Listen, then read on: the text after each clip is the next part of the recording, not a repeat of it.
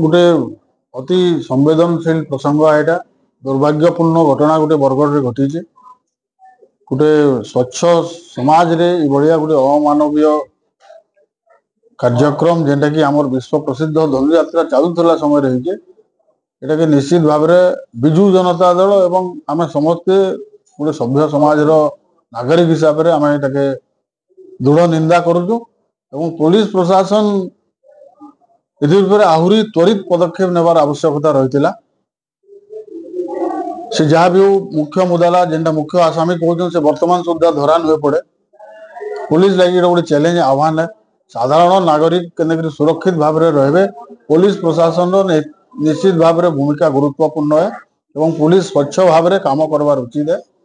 किंतु इतने गोटे राजनीतिक बयानबाजी जेन करा एवं विशेषकर शासक दलर मान्यवर विधायक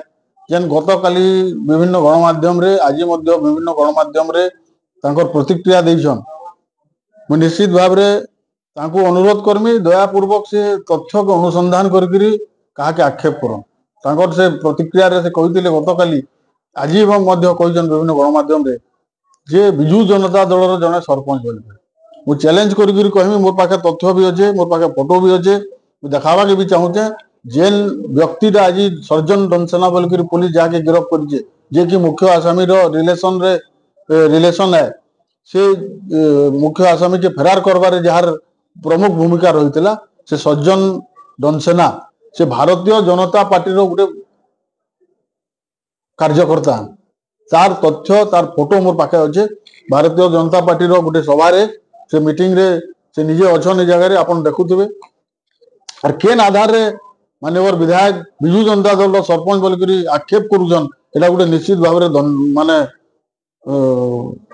गोटे खामख्याली जेन मनोवृत्ति खामख्याली जेन मंतव्य देछन एटा के आम दृढ़ भाव में निंदा करूँ भारतीय जनता पार्टी इलेक्शन समय विभिन्न निर्वाचनी सभा Bharatiya Janata party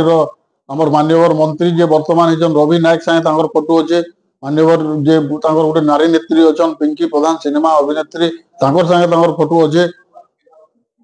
Bharatiya Janata party repellent धरिकी से विभिन्न गाँव मान प्रचार पत्र बांटुचन तार फोटो आम पाखे अच्छे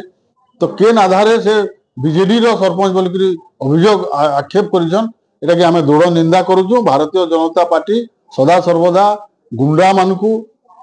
प्रश्रय देकर आईजे जेनटा कि तार ज्वलंत उदाहरण है स्वयं पूर्वतन राज्यपाल जो गोटे पुओ गोटे सरकारी अधिकारी के माड़ मारला सत्वे पुलिस पाखे तथ्य प्रमाण थिला सत्वे क्या तार विरुद्ध कार्यानुष्ठान नहीं ग्रहण करागला जेहेतु राज्यपाल पुओ के छाड़ी देछन माने से लगी समग्र राज्य में आईन श्रृंखला परिस्थिति धीरे धीरे बिगड़वा के जाऊे एवं भारतीय जनता पार्टी मोहन माझी सरकार आईन श्रृंखला स्थिति सुधारवार लगी कौन प्रकार पदक्षेप नेबार जद्वारा कि आज गोटे साधारण नारी के सुरक्षित नुहे से बरगढ़ भाया गोटे सहर एवं धनुयात्रा समय ये प्रकार गोटे अघटन होगा धनुयात्रा 77 वर्ष इतिहास प्रथम थर लगे घटना के विजु जनता दल दृढ़ भाव निंदा कर पुलिस प्रशासन के आम विभिन्न समय आईजी के देखवा के साक्षात करवा लगे गलु संबंध में आईजी साक्षात नहीं कले पुलिस कौन प्रकार पदक्षेप जदि फास्ट डे रु जेन परिवार वर्ग अभियोग करते से समय अभियोग के ठीक हिसाब से ग्रहण करते राति खोजाखोजी करते हुए तो से झीर जीवन प्रति आज विपद नहीं देता से झीर हेड रे इंजुरी होती कथा सत है कि नुहे आज 8 दिन धरिकी 5 दिन धरिकी से बुर्ला हॉस्पिटल एडमिट होकर घटना सत है कि नुहे गोटे संवेदनशील प्रसंग है आमर बरगढ़ रे आगु प्रकार कौन घटना भाया घटना नहीं घटुते जेहेतु आईन श्रृंखला परिस्थिति बिगड़ी जाऊे एवं जेन माने शासक दल अच्छा से गोटे